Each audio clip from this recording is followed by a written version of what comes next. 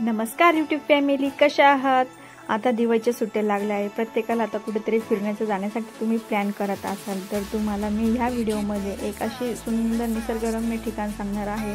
ते बघून तुम्हालाही जावंसं नक्कीच वाटेल.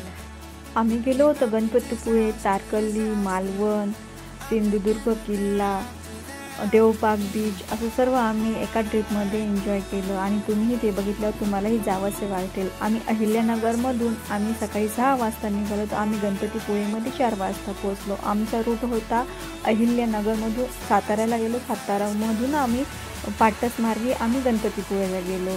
आम्ही 26 जानेवारीच्या दरम्यान गेलो होतो. तर तुम्ही बघू शकता किती छान रॅली चाललेली होती.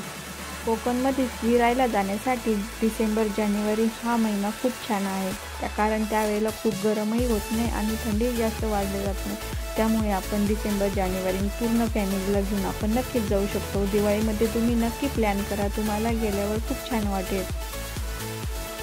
आणि सर्वांनाही सुट्ट्या असल्यामुळे आणि ट्रिपही व्यवस्थित आपल्याला एन्जॉय करता येते. पावसाळ्यामध्ये बीच सर्व बंद असल्यामुळे आपल्याला बीचवर कुठलाही एन्जॉय करता येत नाही.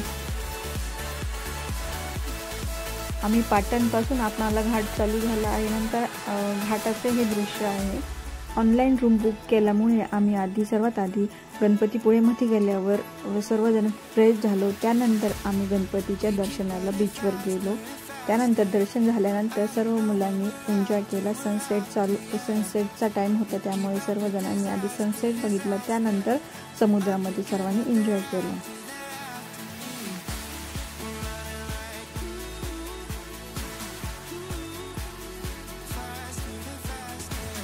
मी व्हिडिओमध्ये बघू शकता किती सुंदर निसर्गरम्य असं दृश्य सनसेटचं आहे.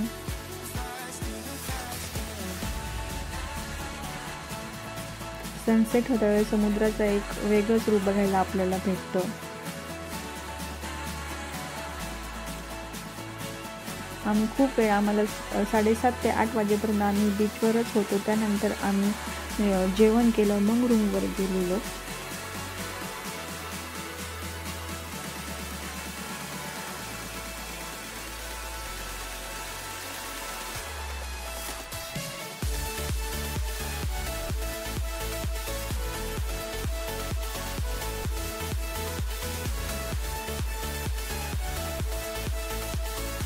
आमची सर्व फॅमिली फुल एन्जॉय करत होती. मुलांनी खूप धमाल केली.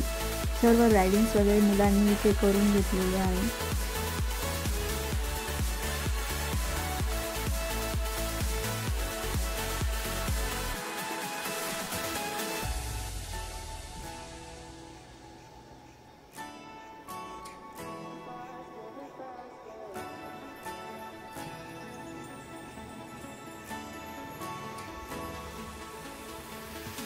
त्यानंतर आम्ही रूमवर जेवण झाल्यावर गेलो. दुसऱ्या दिवशी आम्ही सकाळी 9 वाजता मॅजिक गार्डनमध्ये गेलो. मॅजिक गार्डनमध्ये आम्ही 9ला गेलो. 11 वाजेपर्यंत आम्ही मॅजिक गार्डन बघितलं पूर्ण. तिथे ग्लास मॅजिक रूमही आम्ही एन्जॉय केली.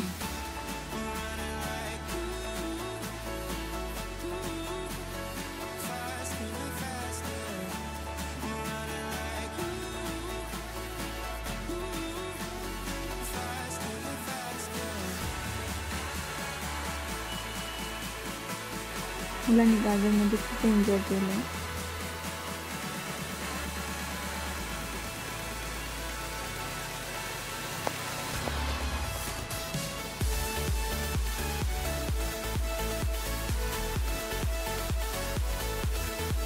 त्यानंतर मॅजिक शोही आम्ही या ठिकाणी बघितला.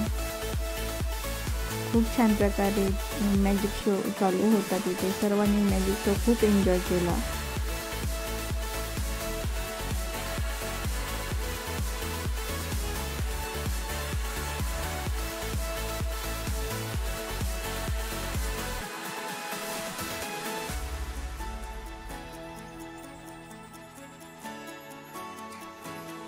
मॅजिक गार्डन समोरच कोकण दर्शन होतं. तेही आम्ही 11 साडे11 बघायला लागलो. त्यानंतर आम्हाला 2:30 ते 3 कोकण दर्शन बघता गेलं. त्यानंतर आम्ही रत्नागिरीला निघालो.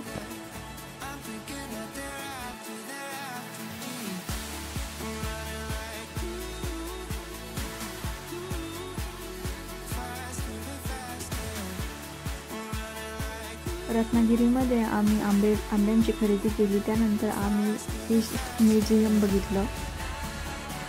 मालवणला पोचायला आम्हाला संध्याकाळचे 7 वाजले। त्यानंतर आम्ही सिंधुदुर्ग किल्ल्यासमोरच रूम बुक केली आणि सकाळी 9 वाजता शार्प आम्ही सिंधुदुर्ग किल्ल्यावर गेलो। त्यानंतर नाश्ता करूनच गेलो।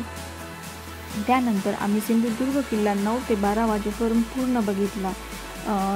ज्या वेळेला तुम्हाला सिंधुदुर्ग किल्ल्यावर जायचं त्यावेळेला तुम्ही नाश्ता किंवा जेवण वगैरे करून तुम्ही बाहेरूनच जा, कारण की तिथे नाश्त्याची जेवणाची एवढी सोय नाही। वडापाव वगैरे बस एवढंच भेटलं जाते तिथे।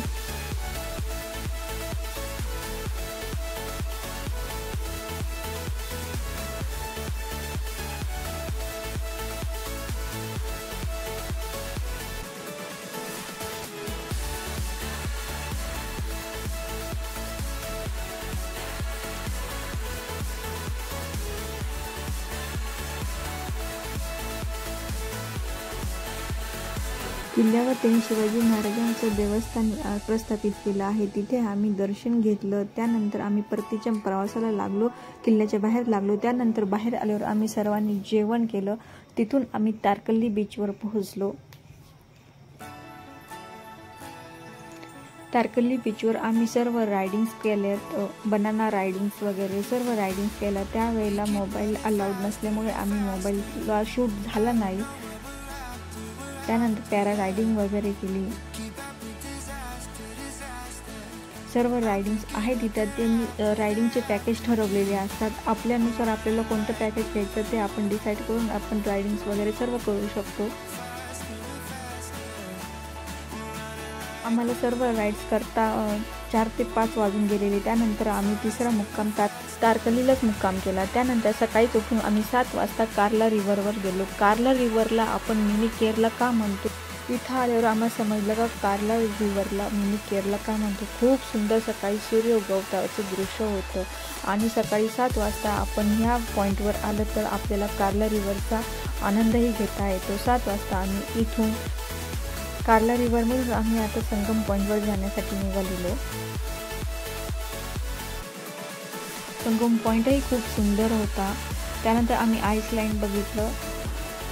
डॉल्फिन बघायचे असेल तर सकाळी 7 ते 8च्या दरम्यानच आपल्याला समुद्रामध्ये जावे लागते, तरच आपल्याला डॉल्फिन बघता येते। त्यामुळे आम्ही सकाळी 7ला डॉल्फिन बघण्यासाठी रिव्हरमध्ये गेलो। तिथून आम्ही पुढे देवबाग बीचवर गेलेलो। देवबाग बीचवर गेल्यावर आम्ही तिथं स्कुबा डायव्हिंग वगैरे सर्व केलेली सर्वांनी। स्कुबा डायव्हिंगचा एक अनुभवही खूप छान होता आमच्या सर्वांसाठी। आम्ही सर्वांनी फर्स्ट टाइम स्कुबा डायव्हिंग केलेली।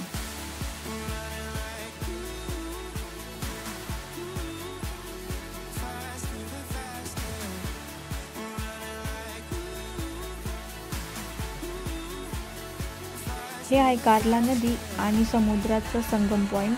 हे बघण्यासाठी खूप लांबून लोक येतात। खूप सुंदर दिसतंय हे। तुम्ही ज्या वेळेला बोटिंगमध्ये करता त्यावेळेला समुद्र आणि नदी खूप सुंदर निसर्गरम्य असं ठिकाण आहे हे। तुमची पिकनिक इथं सफल झाली असं समजायचं। हे दृश्य बघायला तुम्हाला कुठेही भेटणार नाही, इतकं सुंदर इथं आल्यावर तुम्हाला हे दृश्य बघायला भेटतं। समुद्र कुठे आणि नदी कुठे हे समजत आहे आणि हे 2 ते 3 किलोमीटरचा यांचा संगम पॉईंट मोठा आहे।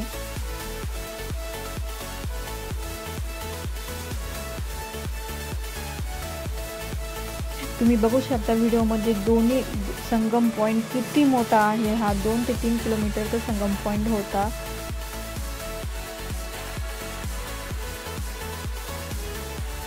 आम्ही डॉल्फिन बघण्यासाठी समुद्रामध्ये 10 ते 12 किलोमीटर आतमध्ये गेलो, पण आमचं बॅड लक असं होतं की आम्हाला एकही डॉल्फिन बघायला भेटली नाही। त्यानंतर त्यांनी आम्हाला गोल्डन स्टोन आणि ब्लॅक स्टोन ह्या टेकडीजवळ नेलेलं। ते समुद्रात खूप आतमध्ये होतं। असं म्हटलं जातं की ज्या वेळेला सूर्याचं पहिलं किरण गोल्डन स्टोनच्या टेकडीवर पडेल त्यावेळेला ते स्टोन पूर्ण गोल्डन सोन्यासारखं असं चमकतं। आम्हाला थोडासा उशीर झालेला होता, 9:30 वाजून गेले होते। तुम्हाला व्हिडिओमध्ये टेकडी कशी आहे ते दिसतच असेल। खूप सुंदर दृश्य होतं बघण्यासाठी ते, पण खूप पिक्चरच्या शूटिंगही या ठिकाणी झालेल्या आहेत। ही आहे गोल्डन टेकडी, त्यासमोर तुम्हाला लगेच दिसत असेल ती ब्लॅक स्टोन टेकडी आहे। ती पूर्ण काळी आहे आणि ही पूर्ण गोल्डन अशी सूर्याची किरण पडल्यावर बघितली जाते।